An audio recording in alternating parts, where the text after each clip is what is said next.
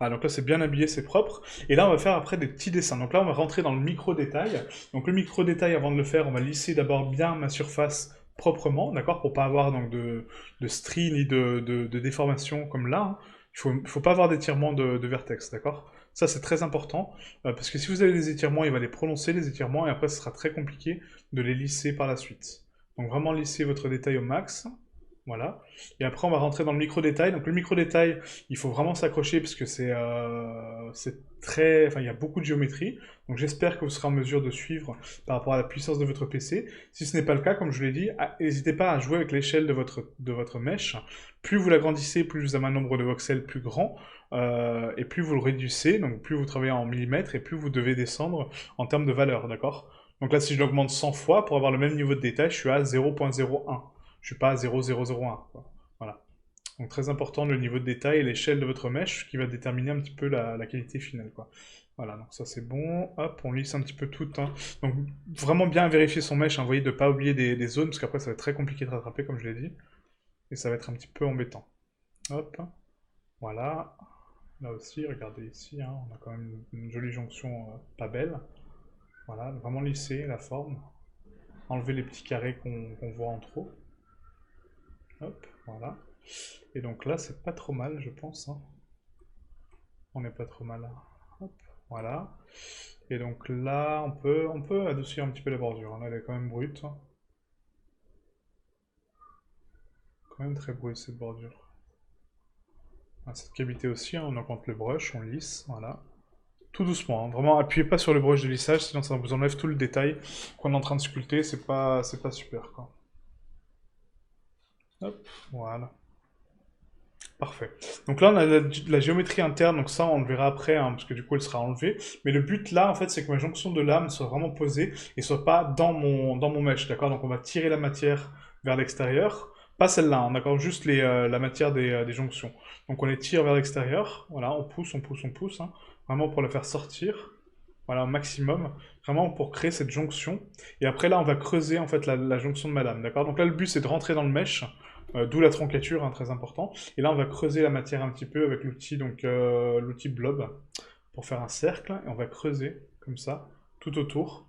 Voilà, pour la faire sortir légèrement de la matière, comme ceci. Hop, voilà.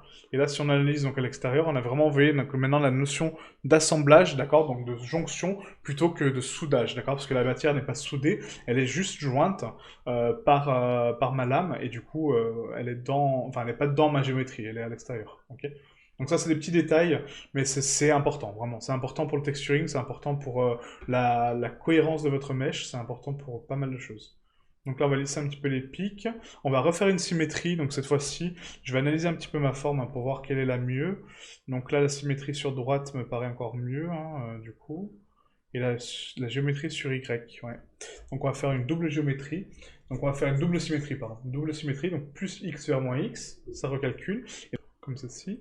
Et là, je vais faire donc plus Z vers moins Z, voilà, comme ceci. Et là, ça me recalcule vraiment mes pics propres.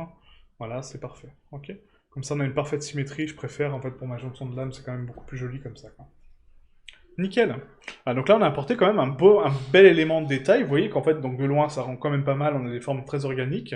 Et de près, on a vraiment du micro-détail et du coup, vraiment du détail vraiment très prononcé. Maintenant, on va monter donc au niveau max de remesh. Enfin, pas max, hein, mais du coup, voilà, le niveau qu'il nous faut, nous, maximum. Donc là, on est à 0.001. On va passer avec un niveau de remesh, donc à 0.0005. D'accord? Donc on divise encore par deux.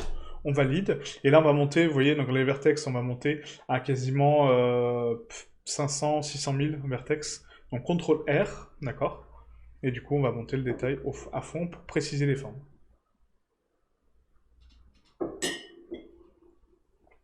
Voilà, 1 million, vous voyez? Donc 1 million de vertex sur ce mesh, et là on va pouvoir peaufiner vraiment tout le micro-détail qu'on souhaite, d'accord? Donc surtout pas monter plus haut, d'accord? C'est inutile, mais vraiment rester à ce niveau-là pour prononcer vraiment tout le détail et donner un petit peu donc la matière que vous souhaitez. En sachant qu'on va apporter quand même pas mal de choses en texturing, mais si vous pouvez avoir du détail pour votre carte de normal, d'accord? Donc ça je vais vous l'expliquer après ce que c'est quand même beaucoup, beaucoup plus sympa, quoi. Voilà, c'est quand même un peu mieux. Donc là, on trace, hein, on fait donc, un petit peu la topologie qu'on souhaite. Hop, comme ceci. Voilà.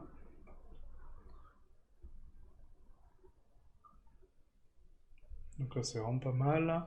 Donc là, c'est vraiment donc, la bordure donc, de jointure.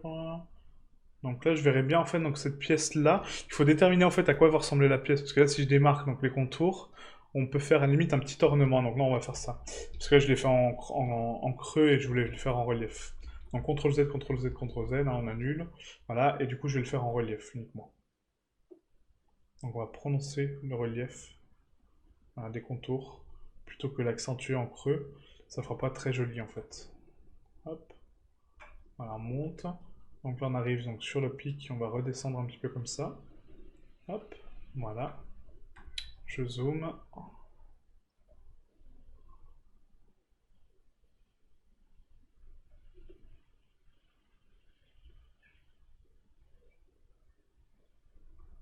Hop, voilà, donc c'est pas mal, hein. C'est vraiment pas mal, hein. Hop, donc là on va creuser, on va lisser, creuser, voilà. On lisse, on creuse, on lisse, on creuse. Voilà, donc là ça va être une surface plate, c'est la zone de jonction. Et là on peut repartir en strie à la limite, hein. Donc là pour le côté, ça fait un petit peu de détail en plus, je pense. Parce que là ça fait jonction, jonction. Et là on peut un peu creuser un petit peu ici, voilà, à partir de là. Hop, voilà, comme ceci. Là ça fait la jonction. Là on recreuse cette forme un peu organique, voilà. Et là on va faire des toutes petites stries en fait sur le côté, comme ça, pour habiller un petit peu l'élément, voilà. Donc là encore une fois, je pense que le niveau de remesh est vraiment pas assez élevé encore, hein. Là c'est, vous allez dire ah mais c'est quand même déjà beaucoup, mais c'est pas non plus du micro détail, hein, d'accord. Donc là on a quand même beaucoup de voxels qui sont apparents, donc c'est pas non plus parfait. Donc je pense qu'on va monter encore un petit peu, hein. Là je vais prononcer vraiment mon détail à fond. Hop, voilà. Donc là on va accentuer toutes les creases.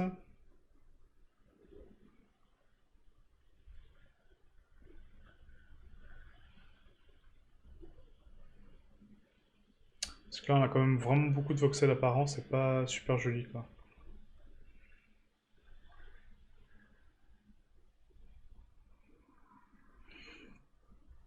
On va juste rajouter la matière là où elle est nécessaire, et comme ça, après, on fera donc, un niveau de remesh encore plus élevé.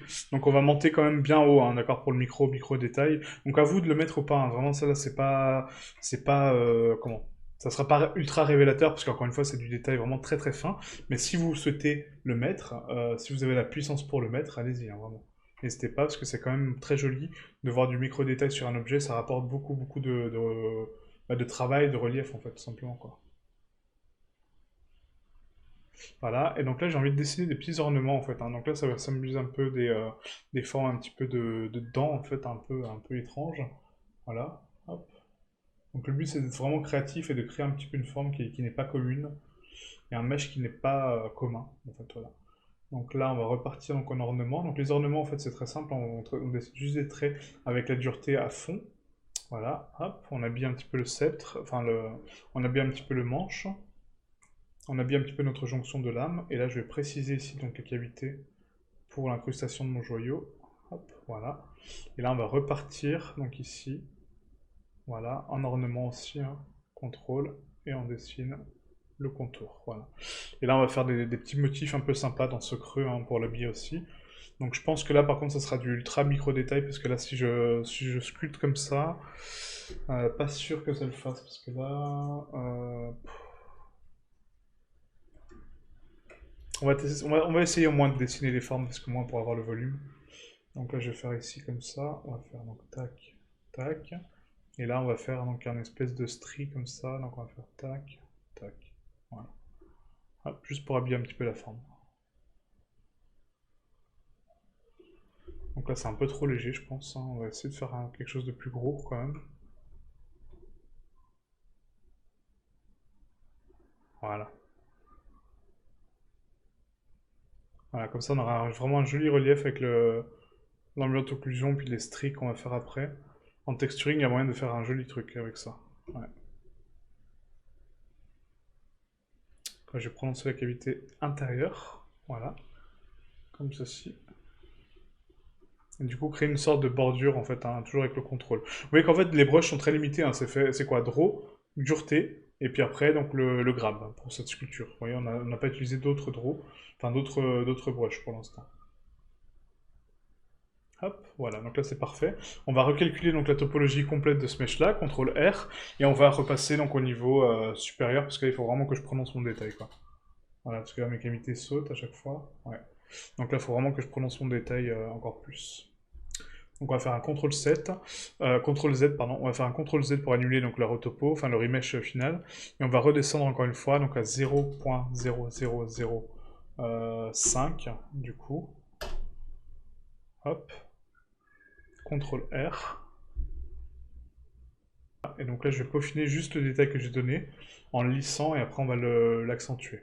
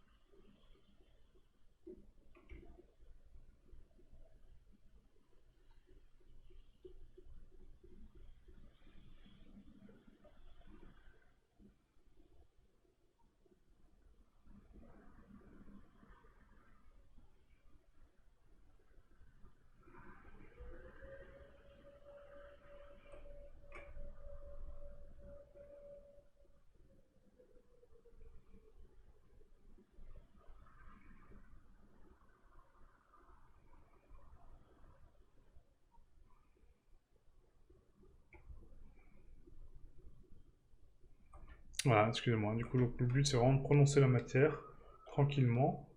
Donc là, il n'y a pas forcément, comme je vous dis, de conseils. Hein. C'est vraiment travailler le sculpte comme vous l'entendez. Dessinez ce que vous voulez sur votre jonction de lame, habillez-la. Prenez le temps. Prenez le temps de faire quelque chose de joli, quelque chose qui vous plaise. Et voilà, donc n'hésitez pas à m'envoyer vos résultats également hein, sur le Discord de la chaîne, sur Facebook.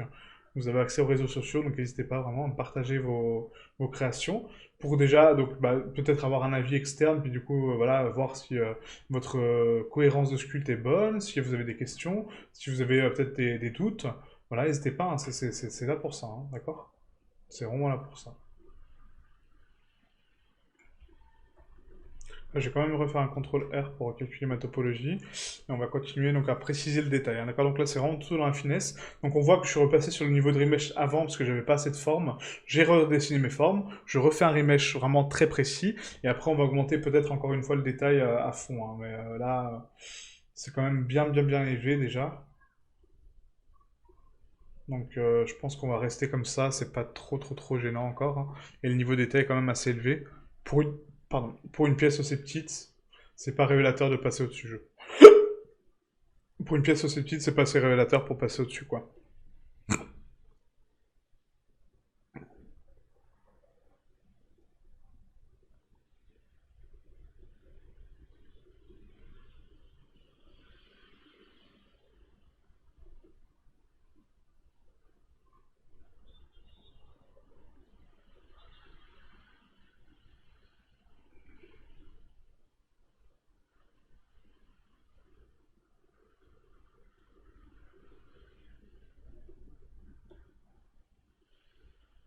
Là, c'est marrant parce que du coup, donc mes stries là, on va les prononcer à l'extérieur. Hop.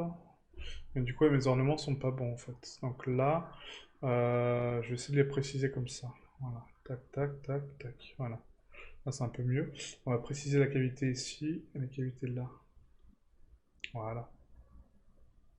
Vous voyez le niveau de détail qu'on peut donner, en fait, c'est vraiment sympa. Hein. C'est vraiment très beau. Là, on va joindre donc ici donc, les jonctions comme ça. Hop, hop. Voilà, on lisse un peu, on reprécise. On lisse un peu. Voilà.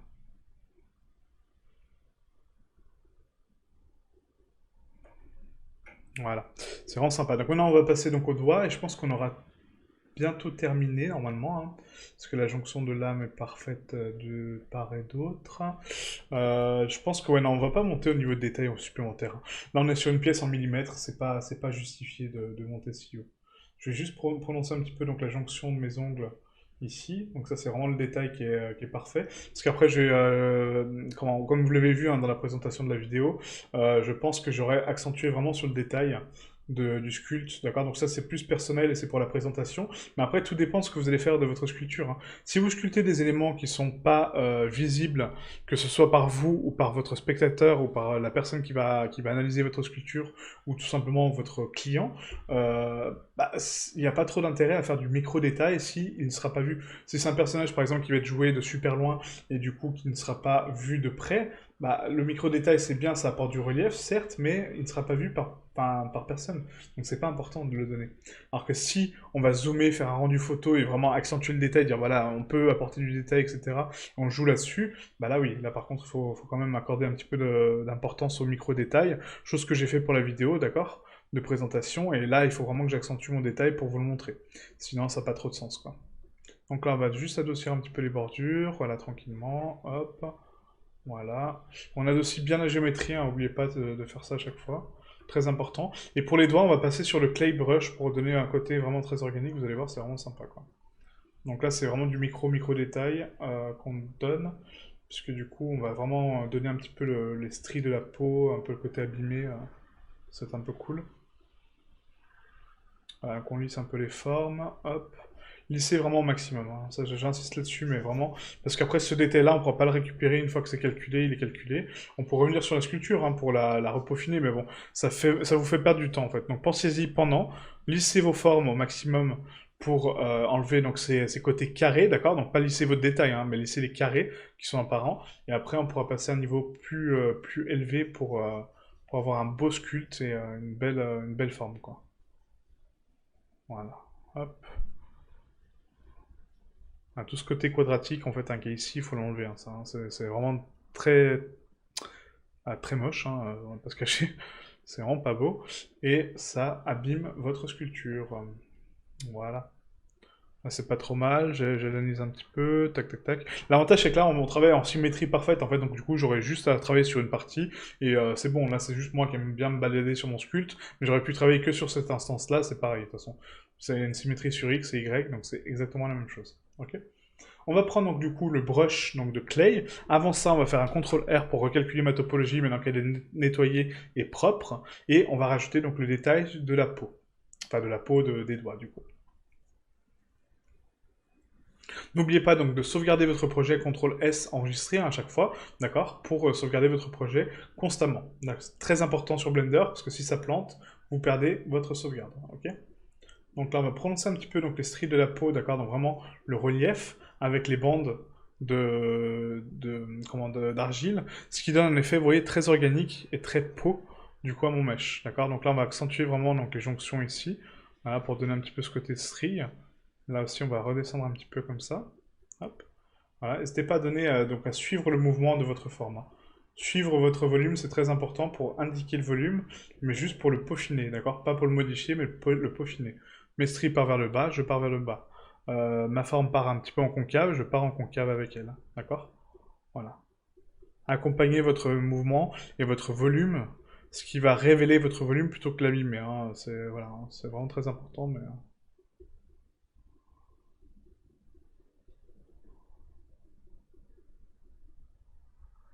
Tac. Et donc là, en interne, en fait, ce qu'on peut faire à la limite, c'est ici. Juste préciser un petit peu là, la démarcation qui est là. Voilà. Et là, habiller un peu la zone de volume là. Donc là, je vais réduire mon brush et on va prononcer juste une bande d'argile autour du doigt pour prononcer un petit peu ce côté un peu organique. Voilà, comme ça. Hop. Voilà, nickel. Là, c'est propre. Vous voyez, en fait, tout de suite, comment ça change? Ça donne vraiment un autre relief, une autre dimension au doigt. Enfin, au doigt. À l'espèce de doigt à patte. Donc là, on va faire pareil, hein. Du coup, on continue. Hop. On dessine, hein, on suit le volume, on suit la forme. Elle descend, je descends avec. Elle tourne, je tourne. Là, elle tourne, elle tourne, elle tourne, elle tourne. Hop. Un seul avantage de travailler en symétrie, c'est que du coup, je peux vraiment sculpter sur n'importe quelle mèche. Ça marchera parfaitement bien. C'est génial. C'est vraiment un plaisir. Après, il faut aimer la sculpture, hein, vraiment. Si vous n'avez pas de plaisir en faisant ça, ça veut dire que vraiment la sculpture n'est pas pour vous. Voilà, c'est vraiment. Donc vous inquiétez pas, après il y a d'autres choses à faire dans la 3D hein, qu'on va aborder ensemble, mais c'est-à-dire que en tout cas la sculpture ne vous plaît pas et que du coup bah voilà, c'est pas un workflow pour vous. Ah, donc là c'est parfait, donc maintenant je sais que cette pièce-là sera un petit peu métallique et celle-ci aussi, il n'y a que vraiment ce côté organique qui va ressortir de ma jonction. Là ça sera des ornements, le joyau, le côté un petit peu ici strie, donc à la limite là on peut faire un petit peu une jonction, je verrais bien, je sais pas, peut-être du poil, quoique, oh, non je sais pas du tout. J'avais créé un projet en fait hein, avant de présenter celui-là, mais en fait le projet que j'avais créé était tellement basique que je me dis oh non, il faut quand même aller un petit peu plus loin. Et ça me plaisait pas de rester aussi basique en fait. Donc du coup, là, je vais essayer de faire quand même quelque chose d'assez joli. Donc là avec les bandes d'argile, en fait, on peut essayer de prononcer un petit peu le volume de cette zone. Là c'est un test, hein, le faites pas si jamais, c'est juste un test pour voir ce que ça peut donner. Ah si c'est sympa, ouais. Si on va faire ça. On va faire ça, puis après je vais afficher donc la dureté, et on va prononcer un petit peu les stries, hein, voilà, de part et d'autre. Voilà, comme ceci, mais pas autant par contre. Pas autant et pas aussi gros, voilà, vraiment en finesse. Juste accentuer un petit peu le côté strie hein, qui remonte, comme ça progressivement, voilà. Ah, c'est pas mal. Ça rajoute un peu de détail encore. Hop.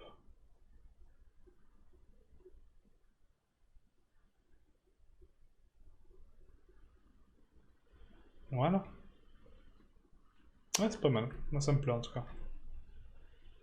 Je sais pas ce que vous en dites, si vous, la vôtre vous plaît, si votre jonction de lame vous plaît. En tout cas, voilà, j'espère que oui, que vous prenez vraiment plaisir à faire ça. Parce que c'est vraiment très très bien la sculpture, hein. C'est détente, voilà, c'est très créatif. C'est vraiment super sympa. Donc CTRL R pour recalculer mon mesh total. Et du coup, là je pense qu'on est bon. Donc n'oubliez pas de lisser encore une fois donc, les petites déformations de votre mesh. Hein. Donc c'est le cas, hein, j'ai fini ma sculpture. Je vais la nettoyer, donc la peaufiner. Voilà, en termes de relief, en termes de stries, en termes de... Voilà. Et ensuite, on se retrouvera donc pour la prochaine partie, pour la modélisation de la lame.